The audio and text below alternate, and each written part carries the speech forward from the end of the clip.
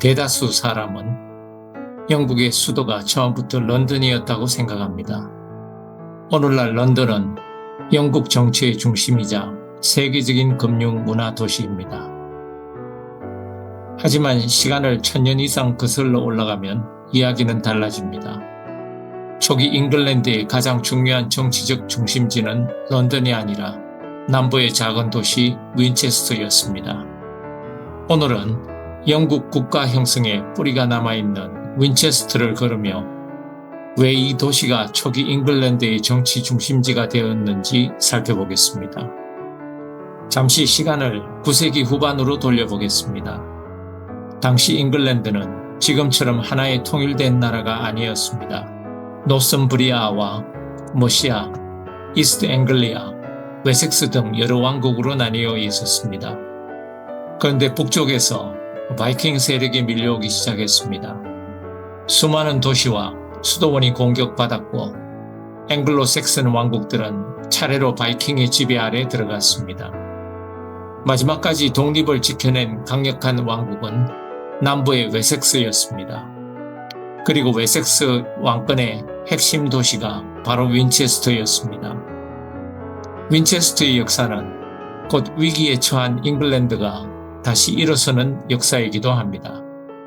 871년 알프레드가 웨섹스의 왕위에 올랐습니다.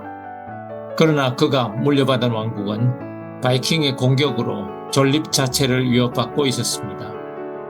878년 에딩턴 전투에서 알프레드는 바이킹 군대를 물리쳤습니다. 하지만 그는 한 번의 승리에 만족하지 않았습니다. 전쟁에서 이기는 것만으로는 나라를 지킬 수 없다는 사실을 알고 있었습니다. 알프레드는 윈체스터를 왕권과 행정의 핵심 거점으로 삼았습니다. 이곳을 중심으로 법을 정비하고 행정을 계획했으며 군대를 재편하고 교육을 장려했습니다. 오늘날 정부가 담당하는 여러 핵심 기능이 이 도시를 중심으로 체계화되기 시작한 것입니다.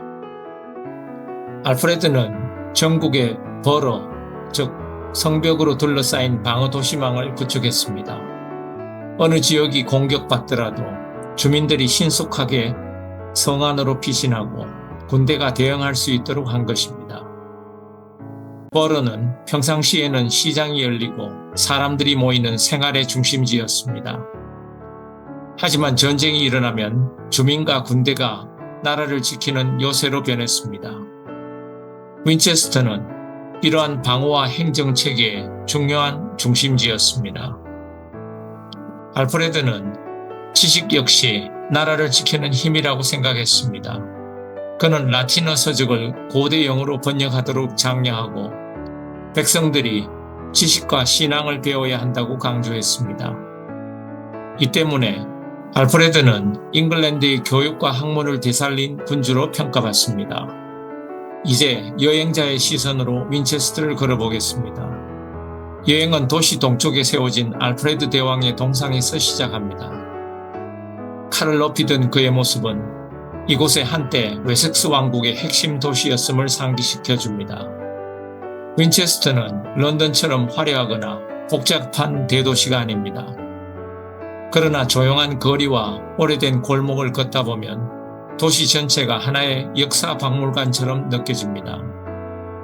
오늘날의 거리를 걷고 있지만 천년 전 왕과 성직자, 상인들이 오갔던 길을 따라 걷는 듯합니다. 윈체스터에는 과거가 유적 안에만 머물지 않고 지금의 도시와 자연스럽게 겹쳐집니다. 거리 끝에서 만나는 곳은 유럽에서 가장 긴 중세 성당 가운데 하나인 윈체스터 대성당입니다. 이곳에는 초기 잉글랜드 왕과 왕비들의 흔적이 남아 있습니다. 윈체스터가 오랫동안 왕권과 신앙의 중심지였음을 보여주는 공간입니다. 대성당에서 서쪽으로 걸으면 윈체스터 성의 그레이트 홀이 나타납니다. 성의 대부분은 사라졌지만 이 거대한 홀은 중세 왕궁의 기억을 지금까지 간직하고 있습니다. 홀 안에서 가장 먼저 눈에 들어오는 것은 아스왕의 원탁입니다. 물론 전설 속 아스왕 시대에 만들어진 것은 아닙니다. 그러나 중세와 튜더 시대 사람들은 이 원탁을 아스왕의 전설과 영국 왕권의 정통성을 연결하는 상징으로 받아들였습니다. 윈체스터의 가장 큰 매력은 화려한 관광지가 아니라는 점입니다. 이곳은 잉글랜드라는 나라가 어떻게 형성되기 시작했는지를 조용히 들려주는 도시입니다. 당시에는 오늘처럼 법률로 정해진 고정 수도가 존재하지 않았습니다. 왕도 여러 지역을 이동하며 나라를 다스렸습니다. 그럼에도 윈체스터는 왕권과 행정, 종교가 집중된 핵심 도시였습니다. 그래서 이곳을 초기 통일 잉글랜드의 사실상 첫 정치적 중심지라고 부를 수 있습니다. 윈체스터는 오만과 편견의 작가 제인 오스틴이 생애 마지막을 보낸 도시이기도 합니다.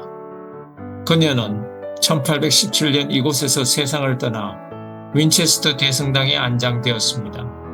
한 도시에서 알프레드 대왕과 중세 왕실, 그리고 영국을 대표하는 소설가의 흔적까지 만날 수 있습니다. 오늘 우리는 초기 잉글랜드의 정치적 중심지였던 윈체스터를 함께 걸었습니다. 윈체스터는 단지 오래된 건축물이 남아있는 도시가 아닙니다. 여러 앵글로색슨 왕국이 경쟁하던 시대를 지나 하나의 잉글랜드가 형성되는 과정에서 중심적인 역할을 담당했던 도시입니다. 거리와 성벽, 대성당과 그레이트 홀 곳곳에는 그 역사의 흔적이 지금도 남아 있습니다. 이 영상은 푸다케이의 저서 30개 도시를 읽는 영국사를 바탕으로 도시 곳곳에 켜켜이 쌓인 역사의 흔적을 잠시 만나보는 데 의미를 두었습니다. 앞으로도 이 책과 함께 도시의 거리와 건축물, 그리고 그곳에서 삶을 이어온 사람들의 이야기를 따라가며 영국사를 영상으로 읽어가겠습니다. 이제 로마 시대의 론디니움이라 불렸던 도시, 오늘날 명실상부한 영국의 수도 런던으로 향하려 합니다. 하지만 그에 앞서 잠시 시간을 더 거슬러 올라가 보겠습니다. 게르만계 왕국들이 들어서기 훨씬 전 로마가 브리타니아를 정복한 직후 초기 통치의 중심지로 삼았던 도시가 있습니다. 카물로두눔, 오늘날의 콜체스터입니다. 다음 영상에서는 콜체스터로 들어가 로마가 남긴 흔적과 도시 곳곳에 쌓인 역사의 시간을 따라가 보겠습니다. 푸다케이였습니다.